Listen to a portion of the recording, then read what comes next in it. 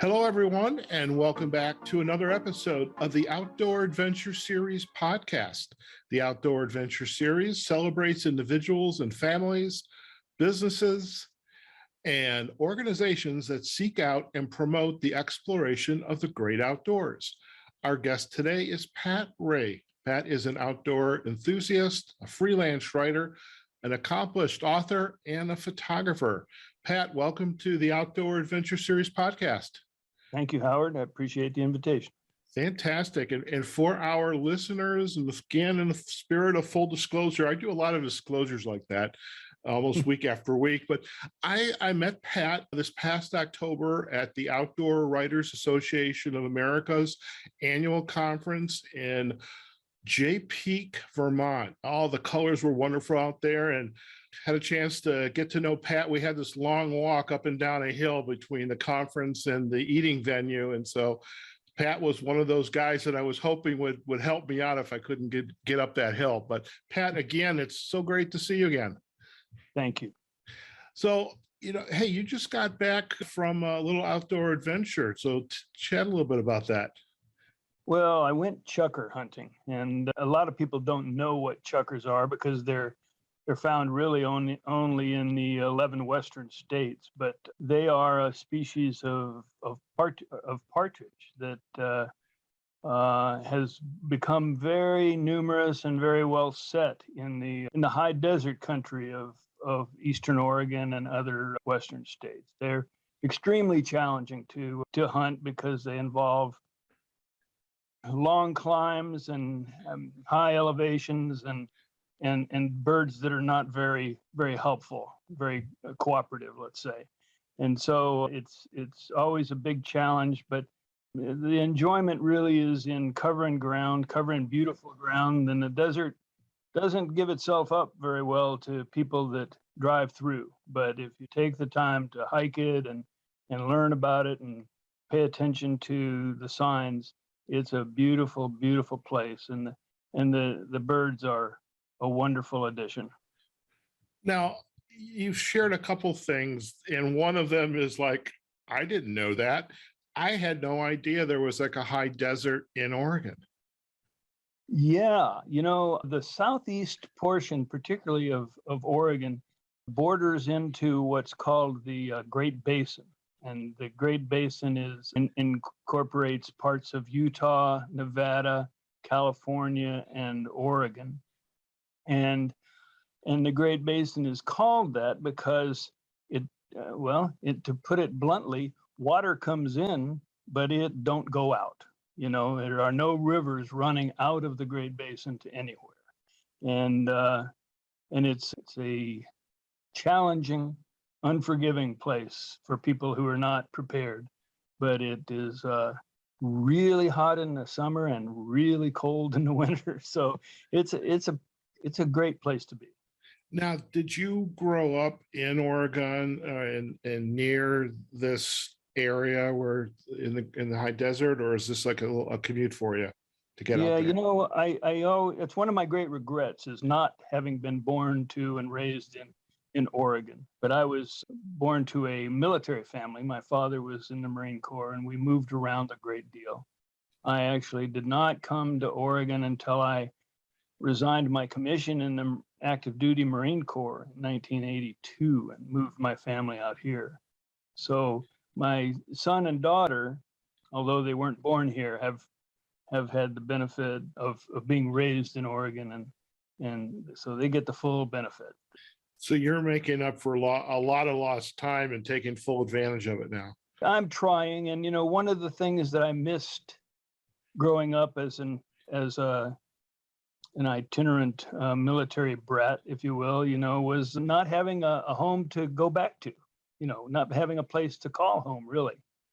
It had benefits in that it made me very adaptable and capable of fitting into different cultures, but you lose something in not having a real hometown. And I'm very glad to have been able to provide that to my kids. Fantastic. Now, this adventure of going hunting, and now I fully realize when we were walking up and down that hill 3 times a day, in Jay Peak, that little walk probably for you is the equivalent of like a walk in the park. Well, I'm no triathlete, or anything of that nature, and carry a few more pounds than I should be, but I do get around okay in the high desert, and it tends to be steep, rocky country with sagebrush and a lot of places that are best to avoid, if you will. But let's just say I do the same things that I did when I was in my 30s, but they're just a whole bunch slower. I get that. I get that. And I'm curious, and I realize too, Pat, we're kind of going off on a tangent, and I'm entirely okay with this because I'm the one that took us off on this tangent. But I just love this story about this adventure, and I want to hear more about you. But let's keep on this story for a little bit, okay? Sure. So, how do you prepare for this hunting excursion? I mean, I'm assuming, by the way, you're not going out there by yourself. You've got people with you. Well, we'll come back to that. It's a little bit of a sore point in my family. But Okay. in terms of preparation, there are, a number of things you can do to get ready. A lot of the mistakes that hunters make, is thinking that because they've gone out and hunted quail or pheasant or white-tailed deer, that they're prepared for the kind of country and the kind of exertion required in chukar hunting. And very often they are badly surprised, let's say. Okay. And there's a very high percentage of hunters that go chukar hunting one time and one time only. By the way, you're chatting with somebody who's never been hunting in his life, so go ahead. There are some people, though, that chukar hunting just strikes a chord, and as it did with me. And I think I'm alluded to the fact that I didn't start hunting chukars until I was in my mid-30s. So, but it hurt. I came back and was practically comatose for a couple days, but the draw of it was difficult to escape. I just kept going back and gradually got into the kind of shape that it required, and gradually began to look at when you do that, when every thought that you're having does not revolve around how much everything hurts in your body, then you can kind of pay attention to the land and to the critters and the scat that you find and the tracks that you find, and it becomes a wonderful experience. I can imagine you have some wonderful photographs, which, by the way, I am going to ask you again towards the end of the podcast, perhaps after, if you wouldn't mind sharing some photos of your adventures of, on the high desert, of the chukars. And by the way, when you're going hunting, do you have a faithful companion with you that has 4 legs and fur? Yes, I generally have always had hunting dogs. Started out with a Labrador retriever who was a wonderful dog, but most labs are not built for that kind of country, and it breaks them down pretty quickly. And so I went with English pointers, and they're wonderful and perfectly adapted to chukar. But they're such big runners that it's hard to control them in that sort of mountainous country when you lose sight of things that are almost sometimes only 50 or 100 yards away. So I've gravitated toward German short hairs, and I have 2 now. One's 10 years old and the other one is 3. And they're really good dogs, and certainly enhances the experience of chukar hunting. And by the way, what are the names of the dogs? My older dog is Silky. My younger one is Bailey. Well, we definitely want to see a picture of Silky and Bailey. You bet. So when you went out, how many days did you go out, for the chukar hunting? Yeah, we went out for three hunting days. It takes me the better part of a day to get out there and a better part of a day to get back. Okay. But I have 3 full hunting days. practice. And to be honest with you, if you hunt hard for most of the day, that's about as much as I can take. Okay. Okay. Now, assuming that you were successful on the hunt, you now have some fowl birds in a container somewhere, or a satchel, or however you keep them. What do you do then? Oh, you clean them in the field, generally, field dress them in the field, and then you bring them home and fix them in any number of different ways. Chukars are a wonderful eating bird. They're very delicate. They're white meat, and they can be fixed in anything from baking by themselves to being put in stir fries or almost anything. It's a wonderful eating bird. What is your favorite recipe? My wife and I generally will fix them in a stir fry of any number of different things, snow peas or anything that tastes good will go well with Chukars. Okay. Okay. Now, one, I think, last question is, you're going off for 3 days. So you've got a pack of some sort, you've got your rifle ammunition, you've got the dogs, you've got whatever you need to take care of them. How do you camp during those 3 days so that you're safe, dry, hopefully warm? Yeah, good question.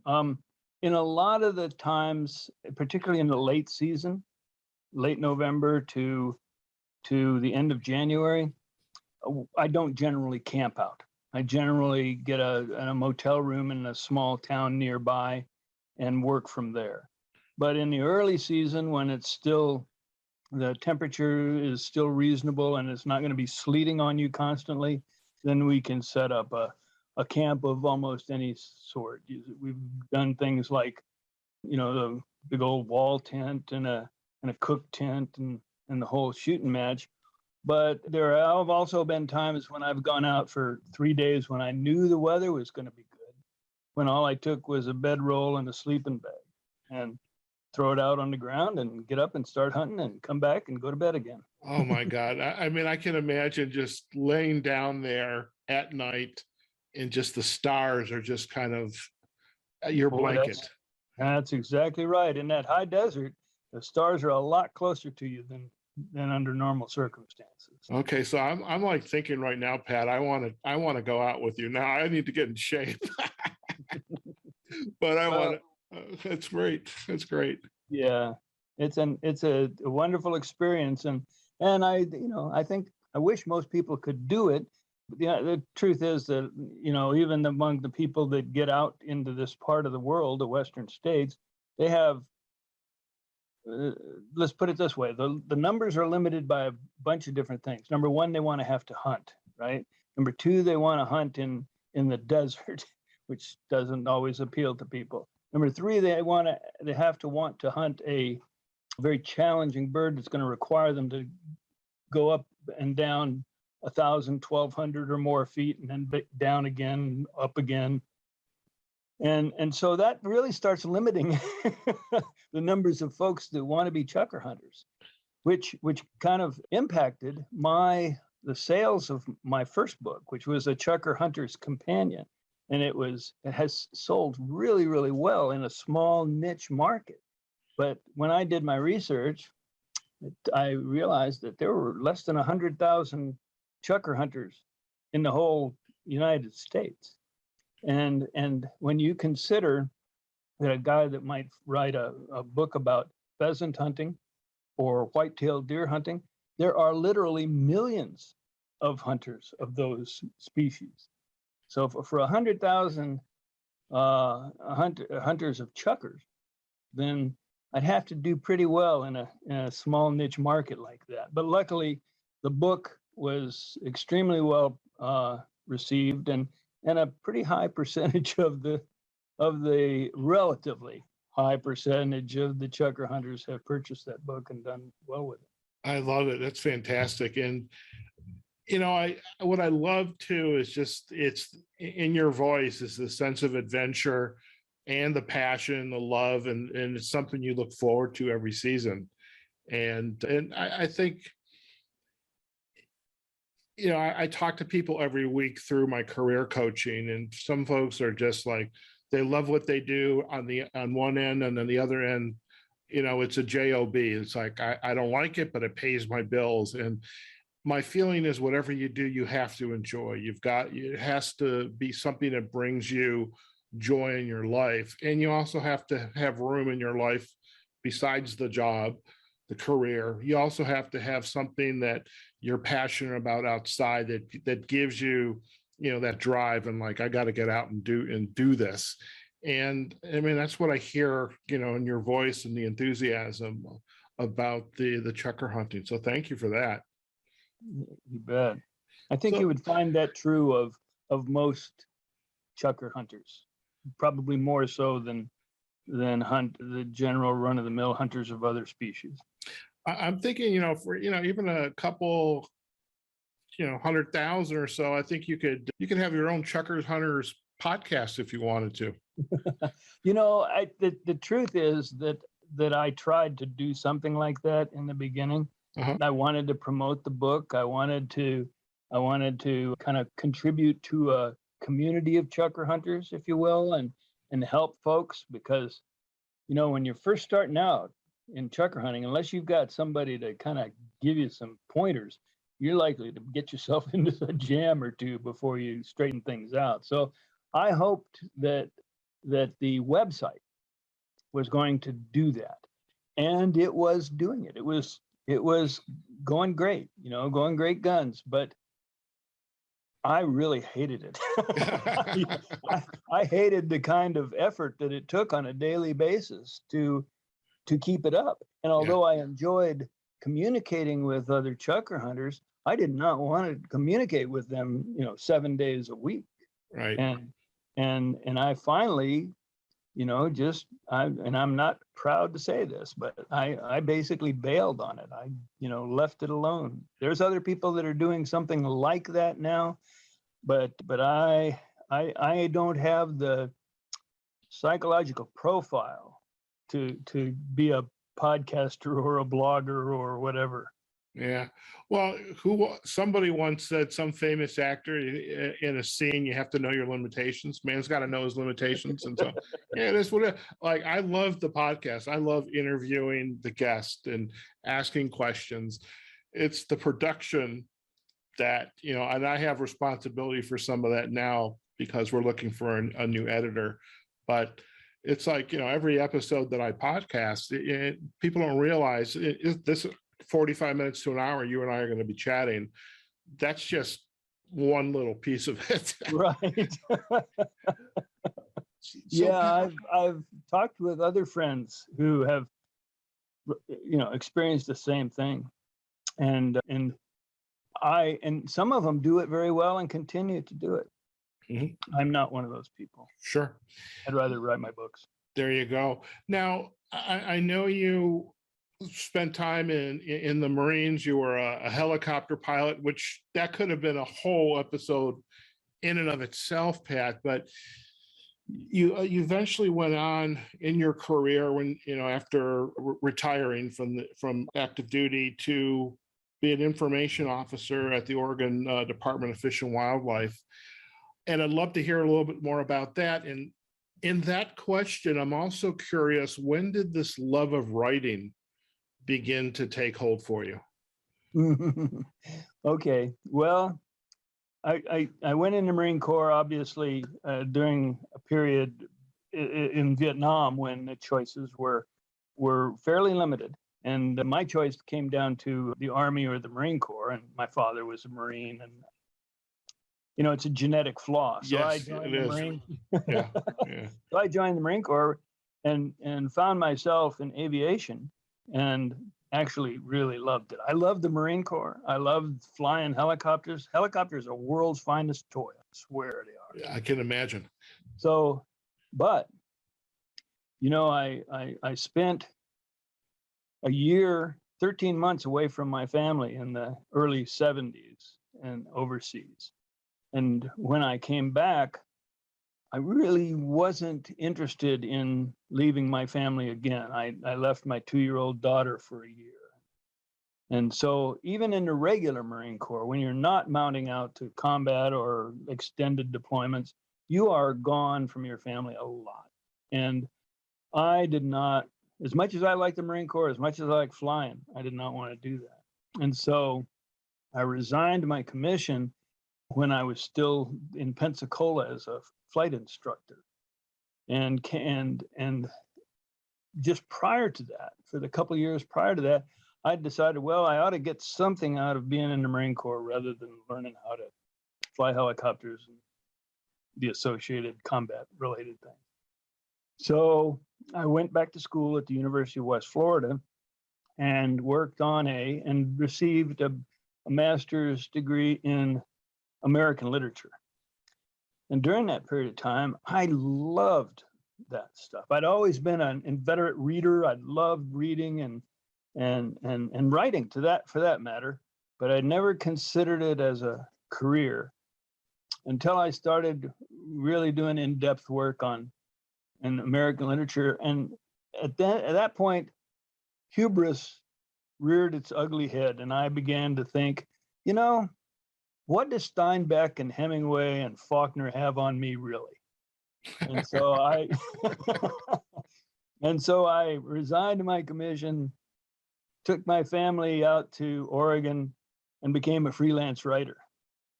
And at that point, I learned that you can be a good writer, but you also have to, you have to support your family. And so I found myself writing lots and lots of articles for outdoor magazines. Anything that anybody would pay for, I wrote. And when you do that, you don't have a lot of time to put in on, great literature. You're trying to pay the bills and you're cranking out copy. And so after 7 years, and I told my wife at that point, who was very nice to support me in all of this. I told her, well, listen, if I'm not rich and famous by the time I'm 40, I'll get a real job. So when my birthday came around, age 40, I decided I better get a real job. And I did that, luckily, with the Oregon Department of Fish and Wildlife, and served there as an information officer and an information supervisor for 13 years.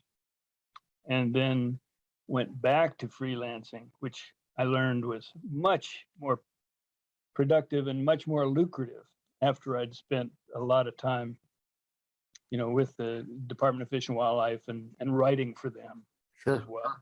Sure.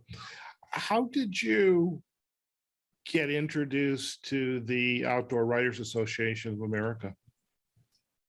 One of the things you learn pretty quickly about freelance writing is it's, one of the world's most loneliest professions.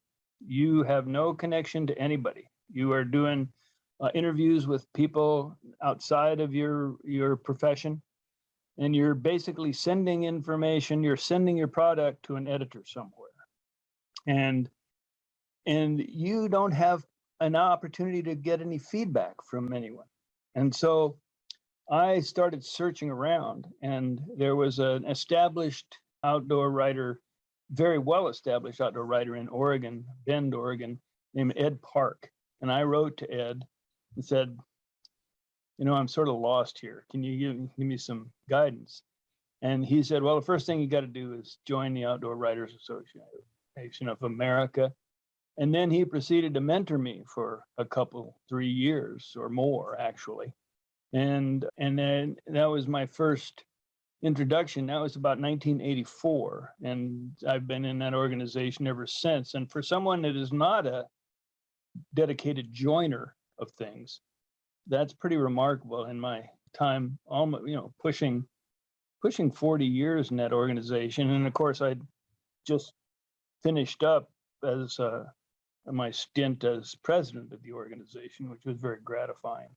But basically, Ed showed me, and I learned very quickly, that not only is it important to provide a sense of community within the people that you you share work and struggles with. But it's a great opportunity to learn. You know, those conferences, I have never gone to one of those conferences, and I think I've gone to 32 or 33 of them without leaving with a whole notebook full of ideas and a whole notebook full of pointers and tips to make my writing better. So it's just been an exceptionally fruitful connection for me over that time. Yeah, thank you for that answer. And I will say, I love those little journalist notebooks that they gave out during the conference, and I was just filling mine like crazy. And to your point, there were definitely some epiphanies for me, and so I can appreciate that. Pat, what advice would you give to an aspiring freelance writer today? Let's say they are looking to write in the outdoor space like you. What advice would you give them? Well, I would have to temper my answer with the caveat that things have changed a lot since I jumped into the business. Number one, the outdoor space in the newspapers has diminished by a significant amount, probably in the neighborhood of 80 to 90% less opportunity for writing in newspapers as the newspapers have declined, as advertising has declined. And of course, that's how I started out, is introducing myself to the local newspaper editor and saying, look, I'm pretty good. Here's a little story. What do you think? And from there, I became a columnist over time for more than 25 years with the paper. But there are still lots of outlets. Newspapers might not be the best one. There's still plenty of magazines. And of course, the opportunity in the digital world is something that I'm not an expert at, but I do know there are a lot of people doing great things with blogs and podcasts and the like. So my first advice to them would be, go down or order a copy of The Writer's Market. It's a book designed for freelancers that I used as a text when I taught freelance writing and journalism at Oregon State University and other online universities. That's the first thing I'd tell them. Second thing is, be prepared for failure and don't let it get to you. What's the term? It starts with a P, but at any rate, what it boils down to is persistent. Persistent? Yes, thank you. That's You're welcome. Be persistent. Don't get disgusted or discouraged. Stay at it. And the third thing I tell them is, remember that everybody in this business stays in the business in one form or another. So the people that you meet that might be aspiring freelance writers right now could well be the editor of the big newspaper or magazine that you want to write for 10 years from now. So keep everybody in mind, maintain your connections in your network, and stay with it.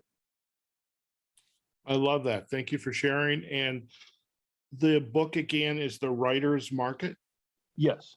Oh, great. We'll provide a backlink to it in the show notes. Pat, you wrote another book called Corvallis Reflections, and I'm thinking Corvallis is where the beautiful home in Oregon where you and your wife live. You raise your family. Yeah, it's a town in the Mid-Willamette Valley, and I have lived here gladly.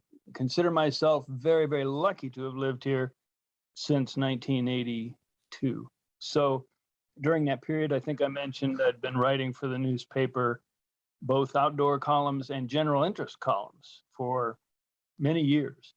And at one point, I decided, with some urging, to consolidate a number of the better columns into a book. And that's what's referred to as Corvallis Reflections. I love it. I love it. Yeah, real nice book about a great town. Excellent. You know, well, I grew up in the Detroit suburbs. I lived in Montgomery, Alabama for a year, and I've lived elsewhere in apartments, but I wouldn't necessarily quote unquote call them home. And then last July, I moved to Las Vegas. And so now I am so close to the West. Oh, I'm in the West, but the desert, Great Basin National Park, and I'm close to Oregon. And it's like, and I met a photographer that's up in the Pacific Northwest in Washington State. I met her via Danielle Taylor from the OWAA through her new work on the digital photography journal. So this young lady is like 18 years old, and she's like a phenomenal photographer. And I had her as a guest recently, and I'm thinking to myself, I have got to continue to explore, out here. I mean, and just Oregon is definitely one of those places. Let's talk about your latest book, The Gift of the Grenadier. This was a novel that was released in 2017. Tell us more about that. The Gift of the Grenadier is it's a difficult novel to describe, actually, which always caused me trouble when I tried to sell it to an agent or a publisher. But it basically revolves around the impact of an horrific injury, emasculating injury of a Marine in Vietnam, and it follows that man and the impact that the effect it had on him and his family and his circle of friends, and a kind of an ever widening circle of impacts, if you will. And it's heavily influenced both by military background and by the outdoors. A lot of the settings within the book have an outdoor connection, as do the military connection as well. There are several scenes in the book and several events that occur to some of the characters that either happened to me or happened to my friends. And in the central issue of the book is kind of pulled out of a headline from 20 years ago. So it's a book that is based chronologically in the years subsequent to Vietnam, but it's far more timely than that. I don't think that it's dated in that way. And my wife says that it's a little dark and a little violent, and I tell her that, well, that's that part of the world and that group of people. And I think that it's I think I mentioned in your notes that I consider it the best book that most people have never heard of. So I hope that people will take the opportunity to read it. I'm proud of it. Well, we're definitely going to provide the links back to your website and to the book page on Amazon. So whatever we can do to help promote the book. And, it's like your other writing, there's definitely, the passion of what you put into your work and to your loves, the town, the chukar hunting. I mean, it definitely comes through as well. So when you're not hunting chukars or are you continuing to do freelance writing, or what are you doing these days besides going to the OWA conference? Yeah, I'm working on another novel. I think that I have found my calling. I wish that I had started writing fiction and writing novels when I was in my teens. I wish. That's the biggest. Yeah. And so I'm trying to get as much out as I can in the time I got left. And the truth is, and I tell people this, that there's not a lot more fun than sitting around your house in your sweatpants making stuff up. The life of a fiction writer, and I'm never happier than when I'm in the midst of a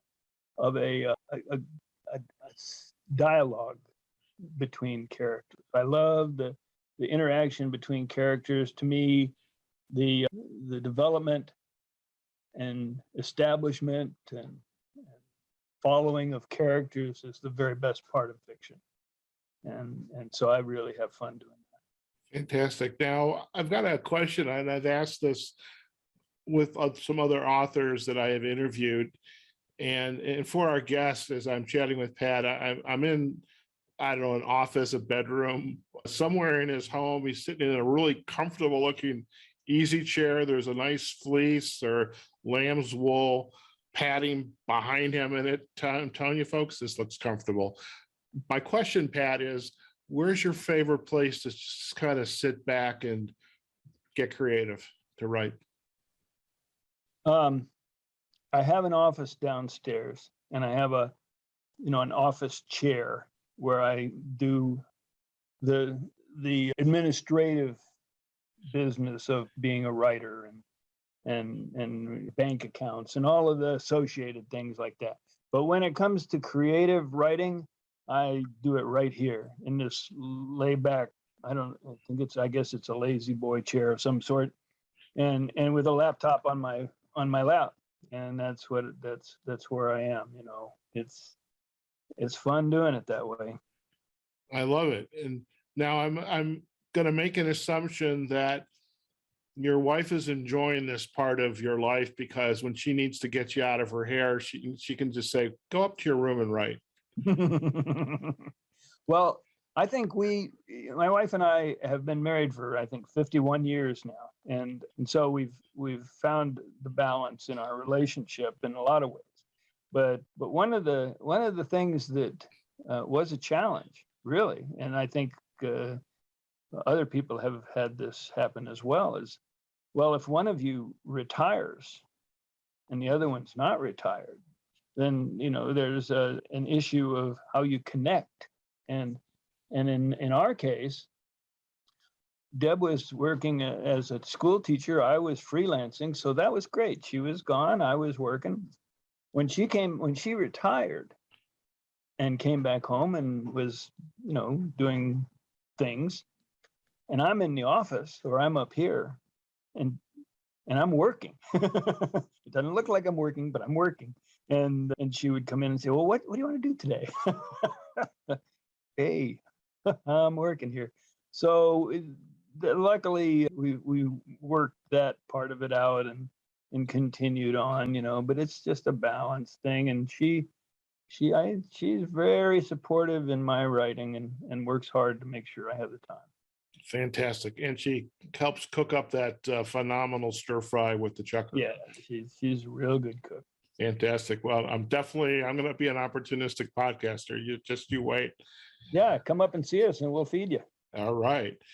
So I have a question, and this is a little bit of a, I don't know, in some ways a gotcha question, but you can handle this. As you look back in your career, the things that you have done, perhaps things you should have done, is there anything you would want to say to your younger self?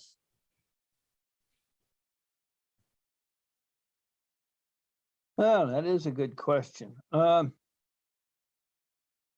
Yeah, I'm not sure that I was as kind and understanding as I would have liked to have been. And part of that was that the Marine Corps does not necessarily equip its officers to be kind and understanding very much. And there is a tendency to absorb the kind of training that you get in the Marine Corps and spread it around in the rest of your life, family included.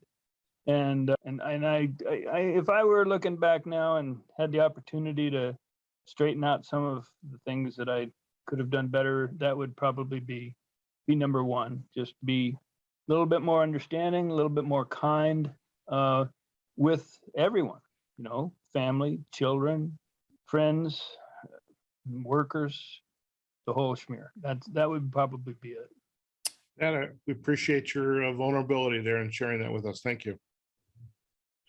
If our listeners would like to learn more about you and your work, Pat, where are the best places for them to go? Well, I think I have two website addresses. Both of them end up in the same spot. It's patwray.com or outdoorinsights.com.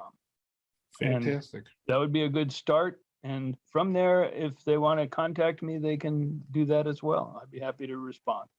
Very good. Well, we will definitely provide the backlinks to patwray.com and outdoorinsights.com. And for our listeners, the links to Pat's books are there on the website. He can take care of the purchase there. So in this holiday season, that's probably not a bad place to go. We'll also provide a link back to one of those big boxy kind of online big boxy kind of stores as well.